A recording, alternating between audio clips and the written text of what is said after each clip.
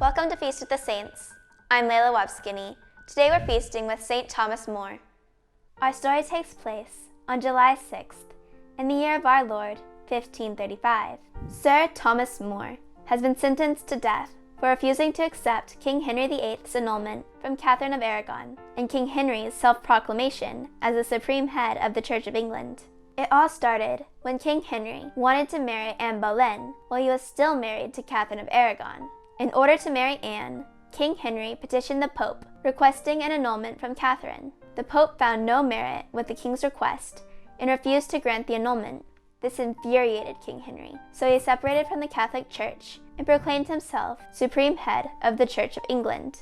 He divorced Catherine of Aragon and married Anne Boleyn on January 25th in the year of our Lord, 1533.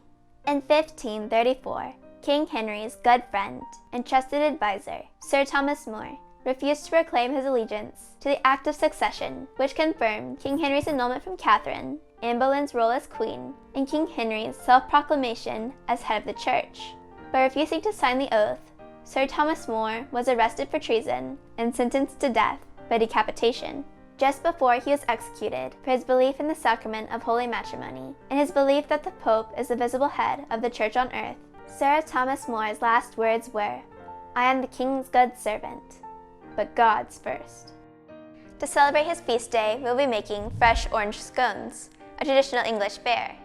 For this recipe, you will need 1/3 cup sugar, 1 large orange, zested, 2 cups all-purpose flour, 1 teaspoon baking powder, 1/4 teaspoon baking soda, 1/2 teaspoon salt, 1/2 cup unsalted butter, frozen, 1/2 cup sour cream, 1 large egg. For the glaze, you will need 3 tablespoons unsalted butter, melted, 1 cup powdered sugar, 1/2 teaspoon vanilla extract, 3 tablespoons orange juice. In a large bowl, stir sugar and orange zest together until moistened and zest is evenly distributed. Next, add in flour, baking powder, baking soda, and salt. Mix to incorporate. Grate frozen butter into mixture. Then, using your hands, work in the butter until the mixture resembles a coarse meal.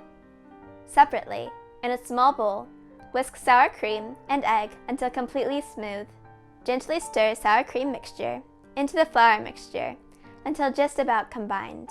Try not to overwork the dough. Gently press the dough against the sides of the bowl a few times and form a ball.